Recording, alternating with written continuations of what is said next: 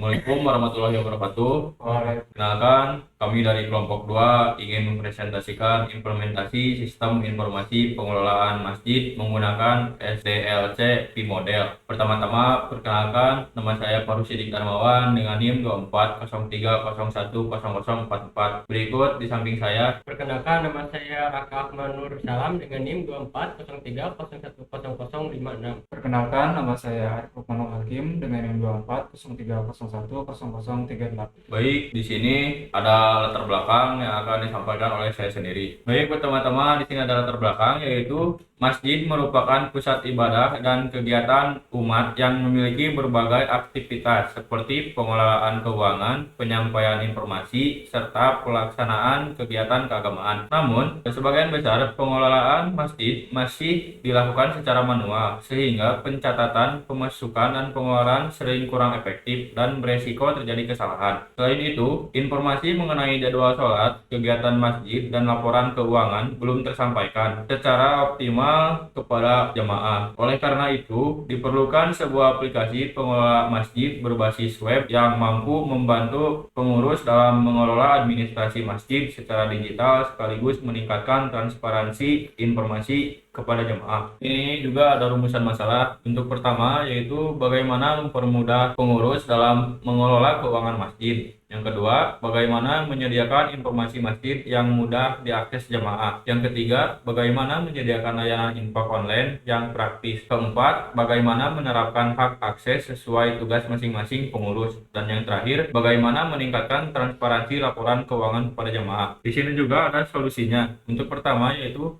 membangun sistem informasi berbasis web dengan database terintegrasi untuk profil jadwal dan kegiatan masjid. Modul manajemen keuangan dan infak online dengan laporan real time yang transparan bagi jamaah dan fitur login multi level untuk ketua DKM, sekretaris, dan bendahara. Dan yang terakhir yaitu validasi data pada setiap formulir untuk menjaga keakuratan dan keamanan data. Di sini ada ruang lingkup yaitu mencakup lingkungan Masjid At-Taqwa dan kebutuhannya ada 4 bagian. Yang pertama itu akses publik. Jamaah dapat mengakses jadwal sholat harian, informasi kegiatan masjid, struktur kepengurusan masjid, laporan keuangan masjid, riwayat pemasukan dan pengeluaran, informasi profil masjid, dan fitur infak online. Yang kedua yaitu akses ketua DKM. Yang pertama itu untuk memonitoring seluruh data sistem, monitoring akun pengurus, monitoring data masjid, dan melihat seluruh laporan. Maaf, di sini ada sedikit typo sedikit. Dan yang ketiga yaitu akses sekretaris. Pertama yaitu mengelola kegiatan masjid, mengelola pengumuman, mengelola struktur kepengurusan, dan mengelola informasi masjid. Dan yang terakhir yaitu ada akses bendahara. Yang pertama yaitu untuk mengelola pemasukan kas masjid, mengelola pengeluaran kas masjid, mengelola laporan keuangan, dan memverifikasi transaksi infak online. Baik, di sini juga ada gambar IRD yang telah kami buat, yaitu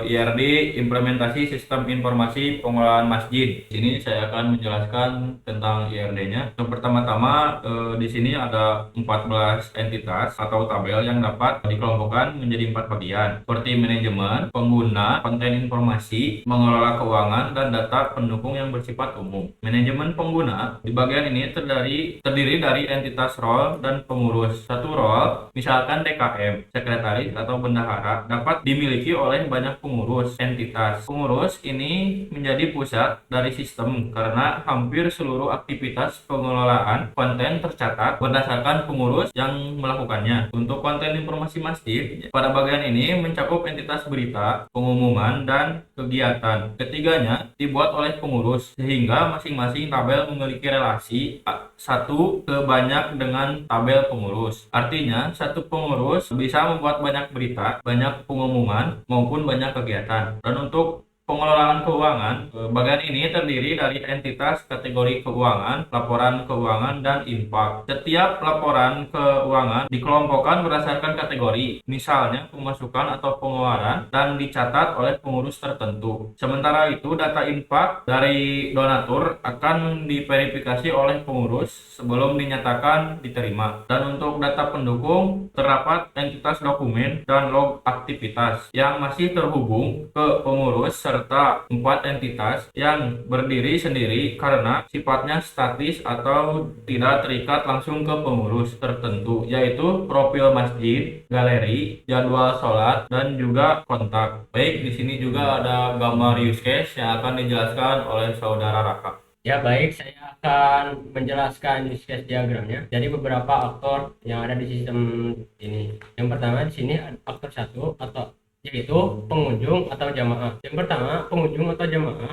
bisa masuk tanpa harus login. Yang pertama di sini jamaah bisa melihat informasi umum seperti melihat beranda, melihat profil masjid, melihat sejarah masjid, melihat visi dan misi, melihat moto masjid, dan yang terakhir melihat nilai-nilai masjid. Yang seterusnya sini pengunjung dapat melihat jadwal seperti melihat jadwal sholat, melihat jadwal iqamah. Yang selanjutnya di sini jamaah bisa melihat jam organisasi seperti melihat struktur pengurus. Yang selanjutnya di sini jamaah dapat melihat kegiatan masjid yang meliputi melihat daftar kegiatan dan melihat detail kegiatan. Yang selanjutnya di sini jamaah dapat melihat transparan keuangan masjid yang meliputi melihat laporan keuangan, melihat statistik keuangan, melihat saldo kas, melihat riwayat pemasukan, melihat riwayat pengeluaran, dan terakhir melihat aktivitas keuangan terbaru. Nah, yang terakhir di sini jamaah bisa infak online, yaitu melihat infak online. Yang nantinya di sini melihat status infak, mengunggah bukti bayar, melihat metode pembayaran, mengisi identitas donatur, melihat nominal, dan jamaah juga dapat mengunduh bukti infak. Yang selanjutnya di sini ada aktor kedua yaitu ketua DKM. Di sini ketua DKM harus login. Dashboard ada tampilan robot, lihat dashboard ketua, dan yang terakhir fitur login. Selanjutnya di sini ketua DKM juga bisa memonitoring ringkasan seperti monitoring jumlah kegiatan, monitoring total infak online, monitoring jadwal sholat aktif, monitoring total pemasukan, monitoring total pengeluaran, monitoring saldo kas, dan yang terakhir monitoring jumlah pengurus. Selanjutnya di sini ketua DKM bisa monitoring keuangan. Yang pertama di sini melihat data pemasukan, melihat data pengeluaran, melihat laporan keuangan, melihat aktivitas keuangan, dan bisa melihat bukti transaksi. Yang selanjutnya di sini ketua DKM bisa memonitoring kegiatan seperti melihat daftar kegiatan dan melihat detail kegiatannya. Yang terakhir di sini ketua DKM bisa memonitoring pengurus seperti melihat struktur kepengurusan. Dan yang selanjutnya di sini ada aktor 3 yaitu sekretaris. Sekretaris di sini sama kayak DKM yaitu harus login. Yang pertama di sini untuk tampilan dashboardnya bisa login, logout, dan melihat dashboard sekretaris. Yang selanjutnya di sini bisa mengakses profil masjid seperti mengelola profil masjid yang meliputi mengubah informasi masjid, mengubah nilai organisasi, mengubah moto, mengubah misi, mengubah visi, dan mengubah sejarah. Dan selanjutnya di sini sekretaris bisa mengelola jadwal masjid seperti menghapus jadwal, mengubah jadwal, dan menambah jadwal. Selanjutnya di sini sekretaris juga bisa mengelola struktur pengurus seperti menambah pengurus, mengubah pengurus, menghapus pengurus, mengaktifkan pengurus, dan menonaktifkan pengurus. Selanjutnya di sini yang terakhir sekretaris juga dapat mengelola kegiatan seperti publish kegiatan, menghapus kegiatan, mengubah kegiatan, dan menambah kegiatan. Di sini juga sekretaris bisa upload gambar kegiatan. Dan yang terakhir di sini adalah aktor 4 yaitu bendahara. Di sini juga bendahara harus login. Di tampilan dashboard bendahara bisa login, logout, dan melihat dashboard bendahara. Dan selanjutnya di sini bendahara juga dapat mengelola pemasukan seperti menghapus pemasukan, mengubah pemasukan, menambah pemasukan, melihat data pemasukan. Di sini juga bendahara bisa upload bukti pemasukan. Yang selanjutnya di sini bendahara dapat mengelola pengeluaran, yaitu menghapus pengeluaran, mengubah pengeluaran, menambah pengeluaran, melihat data pengeluaran. Di sini juga sama bendahara dapat upload bukti pengeluaran. Yang selanjutnya di sini adalah infak online, seperti melihat daftar infak online, melihat detail infak, melihat bukti transfer, verifikasi infak. Ini dalamnya kirim data ke pemasuk dan otomatis mengenerate bukti PDF dan menolak infak.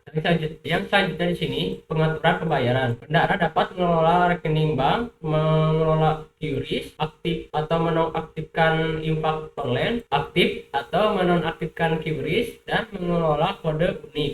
Yang terakhir di sini bendahara bisa membuat laporan, melihat rekap pemasukan, melihat rekap pengeluaran, melihat saldo kas, melihat aktivitas keuangan, dan melihat bukti transaksi. Selanjutnya di sini arsitektur teknologi yang kami pakai untuk membuat sistem pengelolaan masjid ini. Yang pertama di sini untuk front end kami menggunakan HTML5, CSS3, Tailwill CSS, JavaScript, Blade template, dan yang terakhir Alpine.js. Untuk backend di sini kami menggunakan PHP, Laravel, Eloquent ORM, Laravel Authentic, dan yang terakhir middleware. Untuk database kami menggunakan MySQL. Untuk web server di sini kami menggunakan Laravel. Dan untuk tools membuat sistem ini kami menggunakan Visual Code. Dan yang selanjutnya di sini manajemen hak akses. Yang pertama di sini ketua DKM bisa memonitoring ke semua fitur. Yang kedua di sini sekretaris bisa akses profil masjid, mengelola kegiatan, jadwal sholat, dan struktur pengurus. Yang selanjutnya di sini bendahara bisa mengakses pemasukan, pengeluaran, laporan keuangan, dan infak online. Yang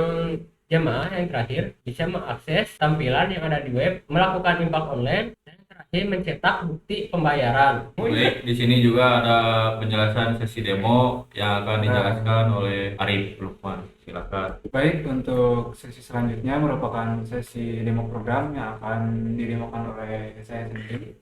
Baik, pada sesi kali ini saya akan mendemonstrasikan website Sistem Informasi Pengelolaan Masjid At-Taqwa Universitas Perjuangan Tasikmalaya yang telah kami bangun. Sistem ini dikembangkan untuk membantu pengelolaan informasi, administrasi, dan keuangan masjid secara terintegrasi.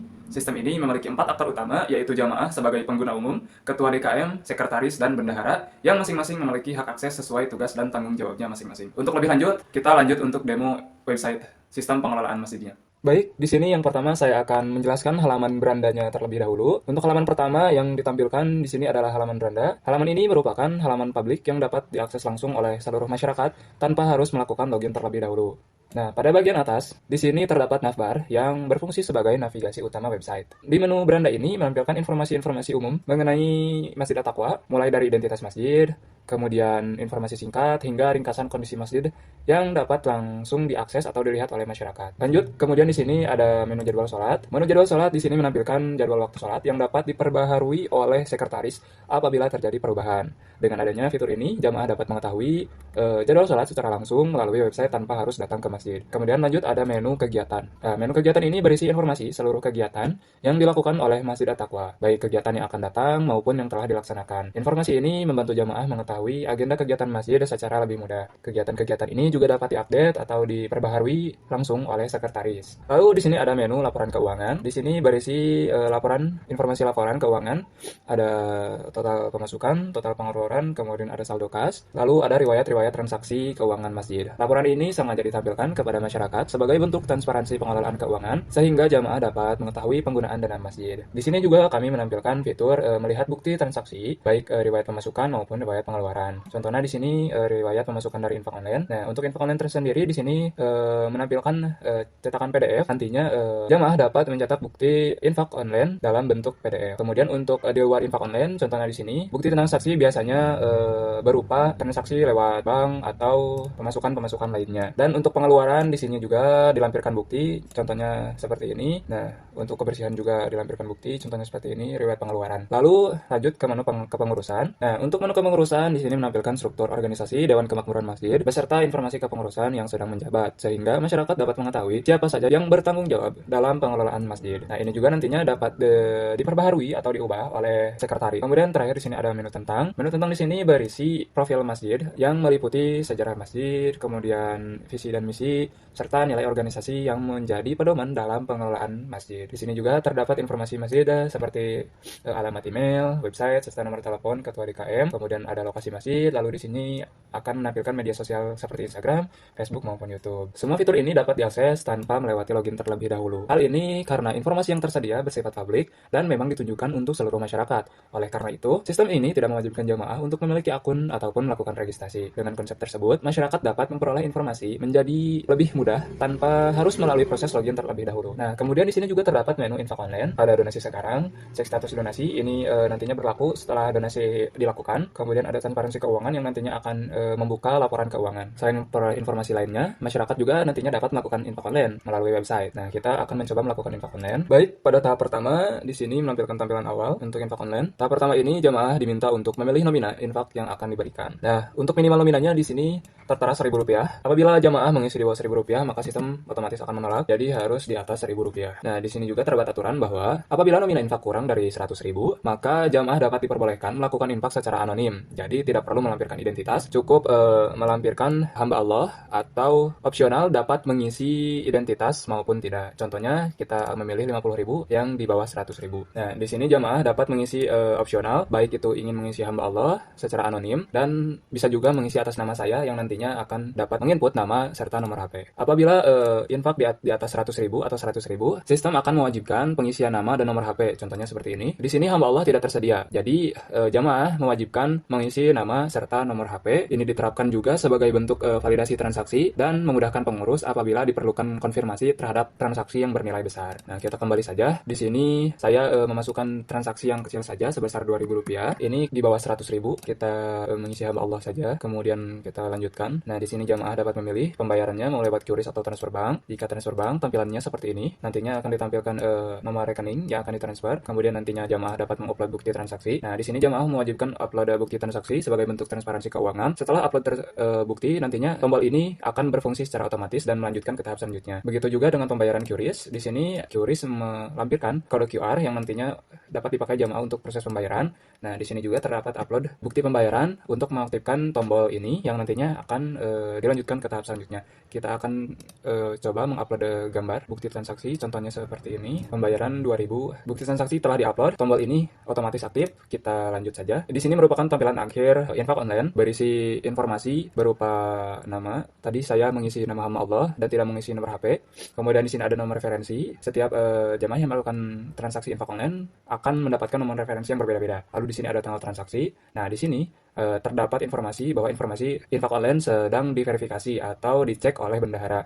Nah, nantinya bendahara akan mengecek apakah infak ini disetujui atau tidak. Di bagian bawah di sini, jamaah dapat mengecek nomor referensi untuk nantinya mengecek status donasi. Nomor referensi ini diperlukan untuk mengecek data status donasi. Nah, kita coba cetak dulu nomor referensinya. Nah, nomor referensi sudah dicetak. Kemudian di sini ada cek status donasi. Untuk cek status donasi di sini, kita mewajibkan memasukkan nomor referensi atau nomor HP bebas. Mau nomor referensinya saja boleh, mau nomor HP-nya boleh, mau keduanya juga boleh. Nah, kita buka dulu nomor referensinya berapa tadi. Ini disalin, kemudian dimasukkan ke sini. Kita cek status infaknya. Nah, status infaknya masih menunggu verifikasi. Nah, ini harus diverifikasi dulu nantinya oleh bendahara agar status infak online disetujui. Baik, selanjutnya saya di sini akan masuk ke portal pengurus. Berbeda dengan halaman publik, portal ini hanya dapat diakses oleh pengurus yang telah memiliki akun seperti ketua DKM, sekretaris, dan bendahara. Sistem ini tidak menyediakan fitur registrasi sehingga masyarakat umum tidak dapat membuat akun sendiri maupun mengakses portal pengurus. Seluruh akun dibuat oleh administrator. Di sini saya hanya membuat 3 akun utama untuk ketua DKM, sekretaris, dan bendahara yang masing-masing memiliki email dan sandi yang berbeda. Selain itu, sistem menerapkan autentikasi yang menggunakan email dan password, sehingga apabila email yang digunakan tidak terdaftar atau password yang dimasukkan salah, maka pengguna tidak dapat masuk ke dalam sistem. Di sini saya akan mencoba memasukkan email yang tidak terdaftar, contohnya seperti ini. Nah, di sini sistem memberikan validasi bahwa email tidak terdaftar sebagai akun resmi pengurus. Jadi, email apapun yang dimasukkan di sini, selagi itu email yang tidak terdaftar, maka tidak akan bisa masuk ke dalam portal pengurus.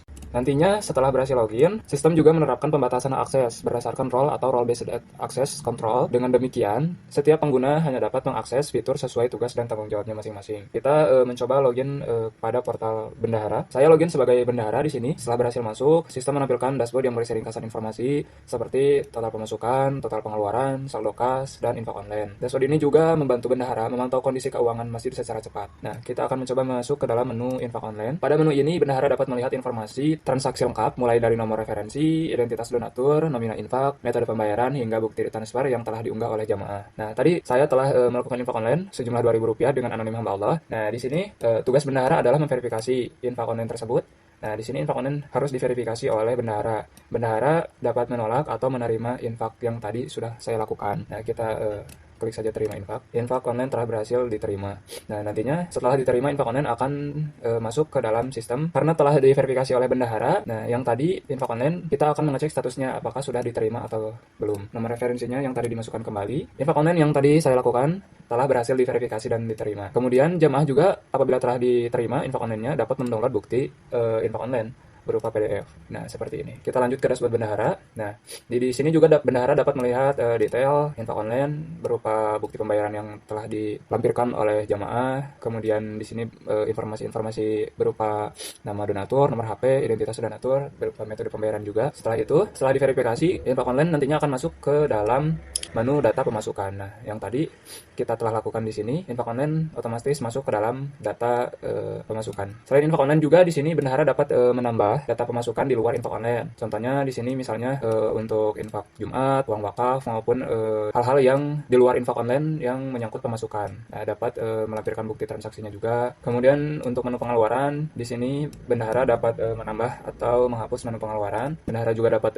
melampirkan bukti transaksi pengeluaran, melihat detail pengeluaran. Nah, seperti ini. Mengedit pun bisa. Kemudian di sini untuk menu laporan keuangan, bendahara dapat mengekspor laporan keuangan berbentuk PDF, contohnya seperti ini. Kemudian dapat mencetak laporan keuangan berbentuk Excel seperti ini.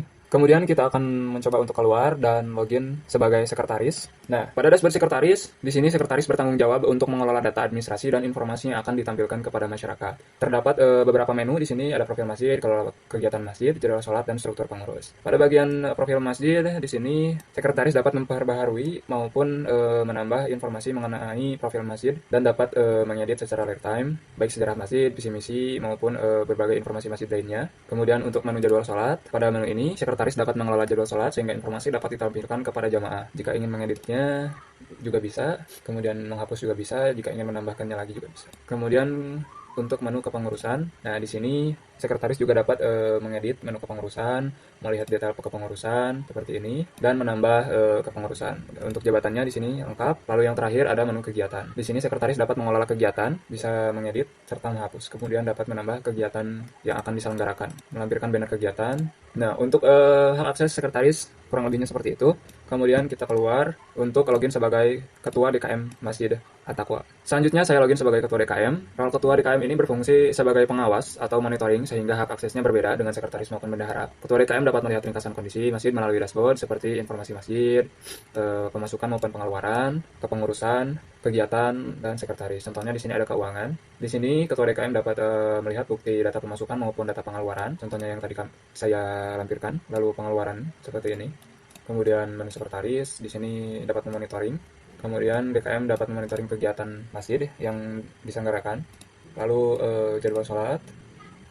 Kemudian memonitoring kepengurusan dengan data lengkap seperti nama pengurus, jabatan, kontak, periode, status, hingga jadwal atau tanggal dibuatnya. Oke, mungkin cukup sekian demo website sistem informasi pengelolaan masjid yang telah kami buat. Selanjutnya lanjut ke presentasi pada slide selanjutnya. Baik, selanjutnya pada bagian ini saya akan menjelaskan secara singkat mengenai struktur folder program pada aplikasi sistem pengelolaan Masjid At-Taqwa Universitas Perjuangan Tasikmalaya yang telah kami bangun menggunakan framework Laravel. Struktur folder ini merupakan struktur standar Laravel yang berfungsi untuk memisahkan setiap komponen aplikasi agar lebih rapi, mudah dikembangkan, dan mudah dipelihara. Folder pertama di sini ada app. Folder ini merupakan inti dari aplikasi karena berisi seluruh logika sistem seperti controller, model, middleware, dan berbagai proses bisnis yang mengatur jalannya aplikasi. Selanjutnya terdapat folder Bootstrap yang berfungsi untuk melakukan proses inisialisasi aplikasi Laravel ketika sistem pertama kali dijalankan. Lalu ada folder config digunakan untuk menyimpan seluruh konfigurasi aplikasi seperti konfigurasi database, autentikasi, email, cache, dan pengaturan lainnya. Kemudian terdapat folder database yang berisi migration, seeder, dan factory yang digunakan untuk membangun struktur database beserta data awal aplikasi. Lalu ada folder lang digunakan untuk menyimpan file bahasa sehingga aplikasi dapat mendukung berbagai pilihan bahasa apabila diperlukan. Berikutnya terdapat folder node modules. Folder ini berisi seluruh patch JavaScript yang diinstal melalui npm dan digunakan untuk mendukung proses frontend seperti Tailwind, CSS, dan Vue. Kemudian ada folder public, merupakan folder yang dapat diakses langsung oleh pengguna melalui browser. Folder ini berisi file publik seperti gambar, icon, file CSS, JavaScript, hasil build, serta file index PHP sebagai pintu masuk aplikasi. Selanjutnya, folder research digunakan untuk menyimpan file tampilan atau blade template, file CSS, JavaScript, dan berbagai aset frontend yang nantinya akan diproses menggunakan Vue. Lalu ada folder routes berisi seluruh definisi root aplikasi, yaitu penghubung antara URL dengan controller yang akan dijalankan. Kemudian folder storage digunakan untuk menyimpan file hasil upload, cache, session, log aplikasi, serta berbagai file yang dihasilkan selama aplikasi berjalan. Lalu ada folder test berisi file pengujian aplikasi, baik unit testing maupun fitur testing, untuk memastikan sistem berjalan dengan baik. Kemudian terdapat folder vendor, yaitu folder yang berisi seluruh library atau package composer yang menjadi dependensi utama framework Laravel. Selain itu, folder-folder tersebut terdapat beberapa file, seperti file env yang menyimpan konfigurasi lingkungan aplikasi, artisan yang merupakan command line Laravel, composer JSON sebagai daftar dependensi PHP, lalu ada patch tag JSON sebagai daftar dependensi JavaScript, serta file DB-SQL yang merupakan backup database aplikasi. Dengan struktur folder yang tersusun seperti ini, proses pengembangan, pemeliharaan, serta pengembangan fitur baru dapat dikelola dengan mudah, terstruktur, dan mengikuti standar pengembangan aplikasi menggunakan framework Laravel. Sekian penjelasan mengenai struktur program sistem pengelolaan masjid. Sekian dan terima kasih. Nah, dan di sini untuk hasil testing websitenya diperoleh bahwa yang pertama ada fungsionalitas. Di sini seluruh fitur berjalan sesuai kebutuhan, meliputi pengelolaan program masjid, jadwal sholat, kegiatan, struktur pengurus, pemasukan, pengeluaran, laporan keuangan, serta info konten. Kemudian ada kemudahan pengguna atau usability. Antarmuka dirancang sederhana dan merespon sehingga memudahkan jemaah, ketua RKM, sekretaris, dan bendahara dalam menggunakan sistem sesuai hak aksesnya. Lalu kecepatan dan performa, di sini prosesnya loginnya cukup cepat, pengelolaan data CRUD-nya juga baik, kemudian verifikasi info kontennya juga baik, serta penyalinan laporan keuangan dapat dijalankan dengan baik dan responsif. Kemudian yang terakhir ada keamanan data. Di sini sistem menerapkan authentic login, membatasi hak akses berdasarkan role atau seperti ketua DKM, sekretaris, dan bendahara, validasi input dan CSRF, protection, dan inskripsi password menggunakan base yang aman untuk digunakan. Baik, cukup sekian dari kelompok kami. Mohon maaf apabila ada salah penyebutan dalam istilah atau salah dalam kataan. Mohon dimaafkan. Wabillahi taufiq wal hidayah. Wassalamualaikum warahmatullahi wabarakatuh.